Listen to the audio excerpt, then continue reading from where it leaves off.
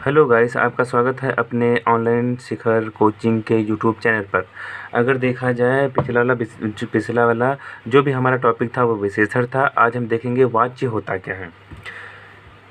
तो वाच्य की अगर बात की जाए तो वाच्य होता क्या है, वाच्य कितने प्रकार के होते हैं, वाच्य को समझने का लॉजिक देखते हैं। तो वाच्य की बात करें, वाच्य होता क्या है।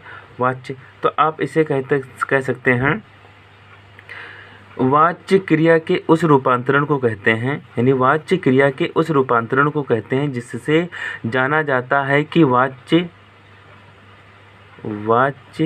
में कर्ता, कर्म और भाव के अनुसार परिवर्तन होता है, उसे हम वाच्य कहते हैं। तो आप कहते हैं वाच्य में कर्ता, कर्म और भाव के अनुसार परिवर्तन होता है, उसे हम वाच्य कहते हैं। अगर देखा जाए वाच्य कितने प्रकार के होते हैं, तो हमने विशेषण पढ़ा था कि विशेषण में हमारे 4 वर्ण होते हैं। तो वहाँ पर 4 वर्ण 4 आपके प्रकार के होते हैं। वाच्य में देखा जाए तो आपके 3 वर्ण हैं। आधा है तो क्या करना, वर्ण तो है तो 1 2 3, तो वाच्य आपके कितने प्रकार के हो जाएंगे, 3 प्रकार के। आइए मैं पहले वाच्य की अगर बात करूँ तो पहले में आपका क्या ले लेंगे, आपका इससे बोलते हैं कि आपका क्या होता है, कृतवाच्य, ये कर्तावाच्य, कृत्यवाच्य। अगर मैं कृतवाच्य की बात करूं तो आप कह सकते हैं जिस क्रिया में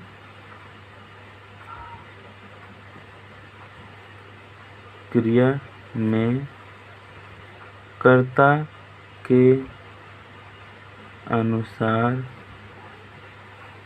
परिवर्तन हो, उसे हम कृतवाच्य कह सकते हैं।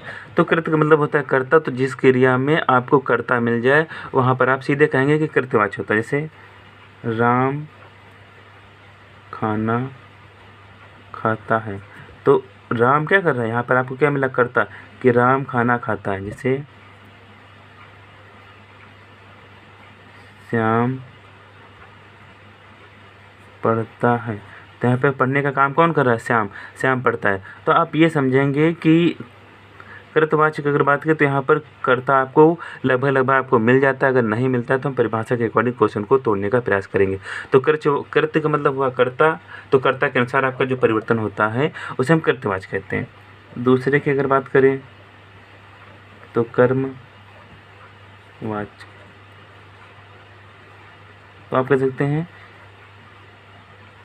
जिस क्रिया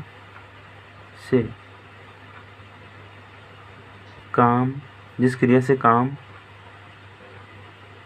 हो उसे कर्मवाच्य कहते हैं। कर्मवाच्य का मतलब जिस क्रिया के रूपांतर में वाक्य के अंतर्गत कर्म का बोध हो या कर्म हो, तो उसे हम क्या बोलते हैं, कर्मवाच्य। इसमें अगर बात किया जाए, अगर इसमें मैं एग्जांपल ले लूँ तो यहाँ पर आपको कभी कभी व्यक्त नहीं मिलता, लेकिन कभी कभी आपको व्यक्त मिल जाता है। जैसे पत्र लिखा जाता है, तो यहाँ पर काम क्या हो रहा है, काम हो रहा है, यानी कर्म हो रहा है कि पत्र लिखा जाता है। जो पत्र लिखा जाता है यहाँ पर क्या कर्मवाच्य के अकॉर्डिंग हुआ।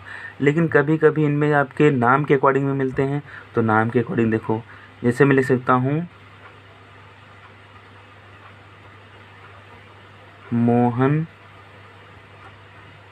द्वारा आम खाया जाता है। तो मोहन द्वारा आम खाया जाता है, तो मोहन द्वारा क्या खाया जा रहा है, आम। तो काम क्या हो रहा है, आम खाने का। तो यहाँ पर मोहन द्वारा आम खाया जाता है, तो जो आम यहाँ पर मतलब कर्म हो रहा है कि मोहन द्वारा यहाँ पर आम खाया जा रहा है, तो यहाँ पर क्या हुआ, कर्म। यहाँ पर ऐसे भी मिल जाए, तुम्हारे द्वारा खाना खाया गया, मेरे द्वारा खाना खाया गया, राधा द्वारा गाना गाया गया, या बच्चे मैदान में दौड़ रहे हैं। ऐसे आपको जो शब्द मिलेंगे तो आप समझेंगे कि यहाँ पर किसकी बात कर रहे हैं, यहाँ पर आप बात कर रहा है कि कर्मवाच्य की। अगर देखा जाए इसका जो लास्ट वाला आपका दिया है वो होता है भाव भाववाच्य। तो भाववाच्य की परिभाषा कह सकते हैं जहाँ पर कर्ता और कर्म के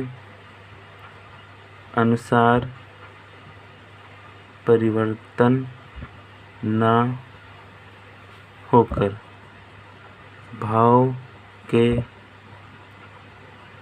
अनुसार परिवर्तन हो उसे भाववाच्य कहते हैं। इसमें आपको जब भी करेंगे तो आपको नेगेटिव सेंस में चीज़ें कुछ मिल जाती हैं, तो नहीं के सेंस में आपको मिलती हैं। तो आपको यहाँ पर एग्जाम्पल में देखो क्या है। पहले एग्जाम्पल की बात करें, राम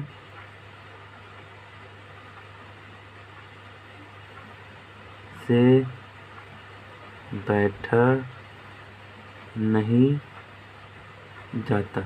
इसमें बैठा नहीं जाता, देखो इस क्वेश्चनों में आपको नेगेटिव सेंस में मिल जाएंगी कुछ चीज़ें। दूसरा देखो, मुझसे चला नहीं जाता, मुझसे